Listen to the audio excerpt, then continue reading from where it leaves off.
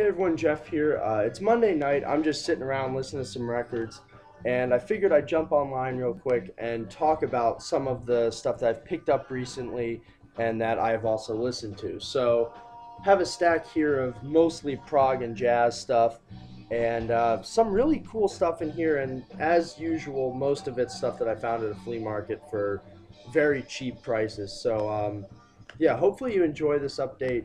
And there are a couple really good, more obscure albums in here that hopefully I prompt some of you guys to check out because they're very cool records. The first one is Main Horse, which is an album that I don't hear much about, but this is an early prog album that came out in '71. I think it was, yeah, 1971. And this notably features Patrick Moraz on keyboards. And this kind of has that early '70s heavy prog sound with a little bit of psychedelia and symphonic prog in there, but really, really cool stuff. Just finished up side one, and I am very, very happy to have this. Only paid like $5 for that at a local store. A couple jazz albums I want to show here real quick. Heritage by Eddie Henderson. This is actually a blue note that I found for only $2 at a flea market. So it's one of the later, uglier blue notes, but I did pick it up for the label, and as it turns out, as per usual with Blue Note, this is a very good album, very funky, and just a lot of fun to listen to. I really enjoyed this. I'll turn down the music just a little bit, but yeah, very good album. Heritage by Eddie Henderson. If you're into that kind of funky, laid-back, groovy type of jazz from the early '70s, highly, highly recommend this. Another jazz one that I picked up recently is Jazz Portraits by Charles Mingus. This came out on the United Artists label, and I think this was only like $3 or $4 at a flea market. But really good listen. Charles Mingus is definitely one of the more unique artists, in terms of classic jazz. And, I don't know a ton about his music, but if I see it, cheap, I'll definitely pick it up. And this was certainly an enjoyable spin. So happy to get that. Let's see, I'll pick out a couple more jazz. Coltrane. This is a double LP set that came out on Prestige. Found this for only $3 or $4 at a flea market. And, I'm definitely trying to build a Coltrane collection. And this is a kind of cool piece that not a lot of people have. It's definitely a good compilation, and a lot of fun spinning this one. Not essential if you're not really, really into Coltrane, but definitely a cool collector's piece, and I'm happy to have that.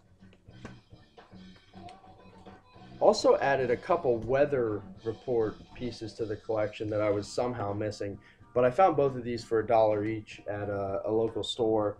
The first weather report album I want to show is the self-titled one from 1982.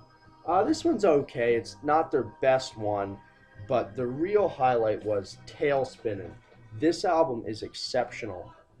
Really, really good fusion stuff, and I only had a chance to listen to this once so far, but I'm definitely going to have to take it out again because this is really, really good stuff. And adding any weather report to the collection for only $1 a piece is very cool. I have a couple more jazz-oriented ones in here, so I'll get those out of the way. Looks like only one, actually. Soft Machines 5. Really cool stuff. If you're not familiar with Soft Machine, they started out as a Canterbury psychedelic prog group, kind of in the vein of Caravan. But by this point, they had moved much more in an experimental free jazz type direction. And this is just a really cool album. It's a little bit tough to get into, but there are definitely a lot of cool ideas and cool grooves here.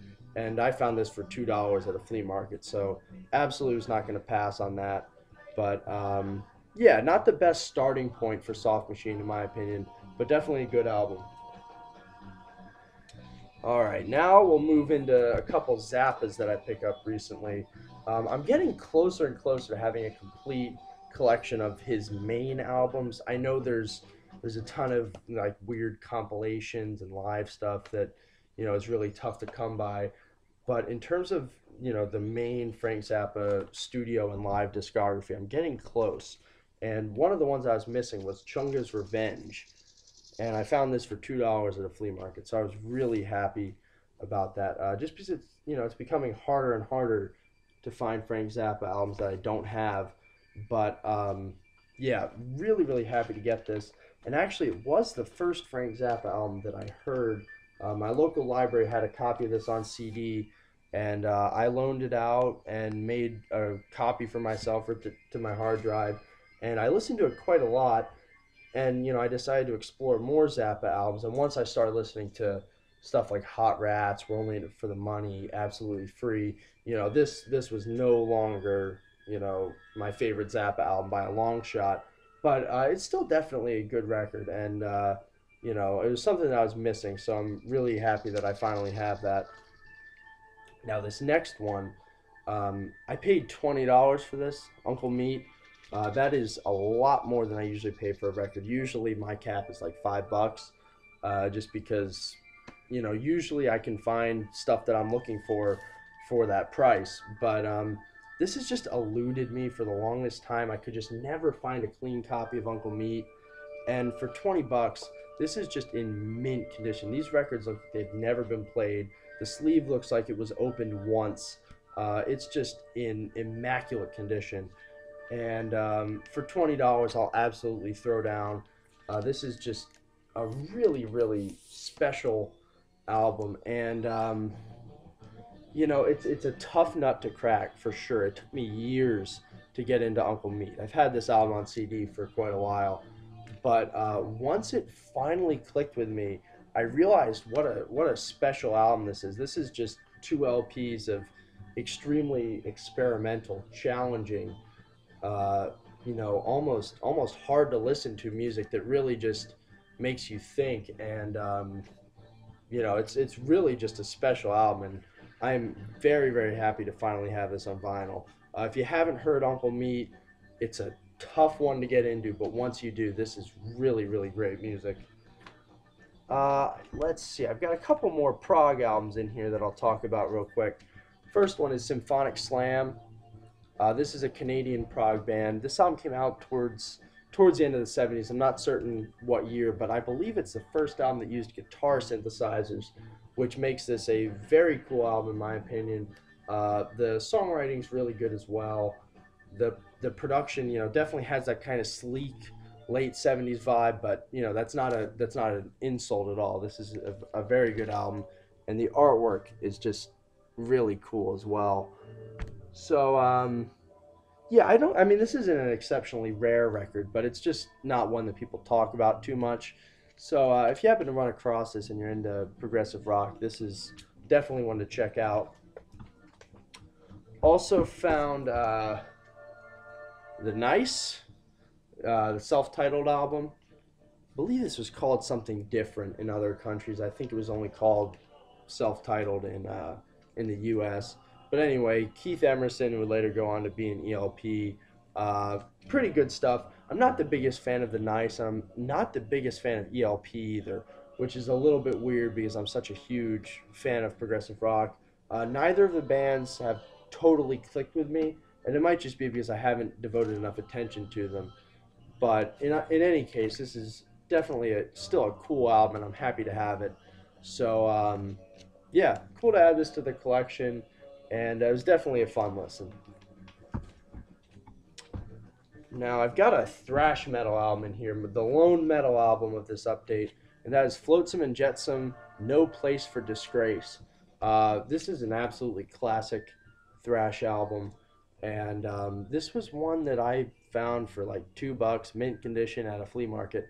So it really pays off to go to flea markets sometimes, because a lot of these older metal albums from the 80s, especially in good condition, tend to go for way too much money.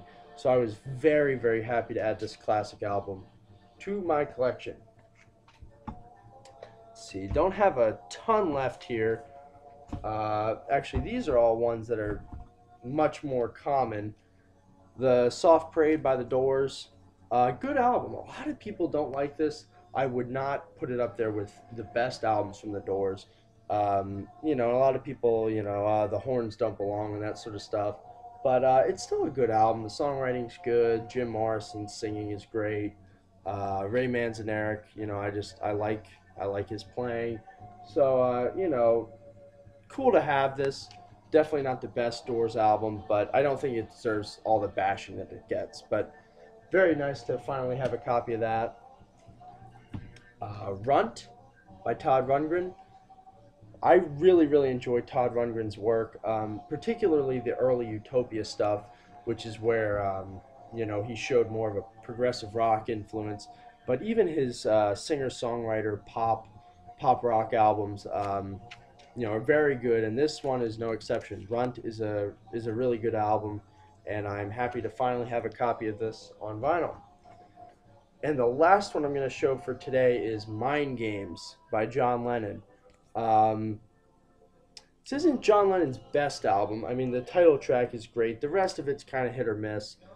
But either way, really cool to finally have a copy of this. It's becoming harder and harder for me to find Beatles related stuff in the wild, for decent prices, just because even at my flea markets where I tend to score a lot, everyone thinks that Beatles stuff is worth just a ton of money. People have really beat up copies of Abbey Road and, try to sell it for like 25 bucks and say that it's rare.